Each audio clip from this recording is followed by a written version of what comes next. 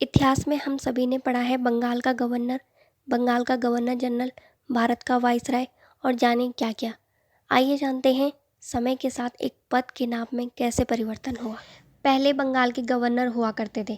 जब अंग्रेजों का प्रशासन भारत में शुरू हुआ, 3 प्रेसिडेंटी में बंगाल, मद्रास और मुंबई, तीनों प्रेसिडेंटी में गवर्नर हुआ करते थे, डिप्टी गवर्नर हुआ करते थे और उन्हीं के अधीन उन्हीं की परिषद में 24 मेंबर हुआ करते थे, जिन्हें कोर्ट ऑफ डायरेक्टर अर्थात निदेशक मंडल कहा जाता था।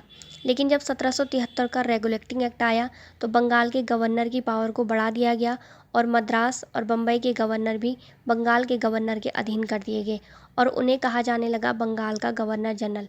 फिर जब 1833 का चार्टर अधिनियम पारित कर दिया गया तो भारत में केंद्रीकरण की शुरुआत होती है, जिसे हम बंगाल का गवर्नर जनरल कहते थे, अब वहीं कहलाने लगा भारत का गवर्नर जनरल। और फिर जब 1857 का विद्रोह होता है, उसके बाद 1858 का गवर्नमेंट ऑफ इंडिया एक्ट या भारत शासन अधिनियम पारित करके भेजा जाता है, तो भारत से कंपनी शासन समाप्त हो जाता है और क्राउन रूल इसके अंतर्गत आ जाता है। जिन्हें अभी तक कहा जा रहा था भारत का गवर्नर जनरल, वो कहलाने लगते हैं भारत के वाइसराय, जो चले 1947 तक अर्थात हमारी आज़ादी तक। और आज़ादी के बाद 1947 के बाद फिर से वाइसराय के पद को गवर्नर जनरल के पद से बदल दिया जाता है और फिर चक्रवर्ती राजगोपालाचार्य भारत के अंतिम गवर्नर जनरल रहते हैं 24 जनवरी 1950 तक।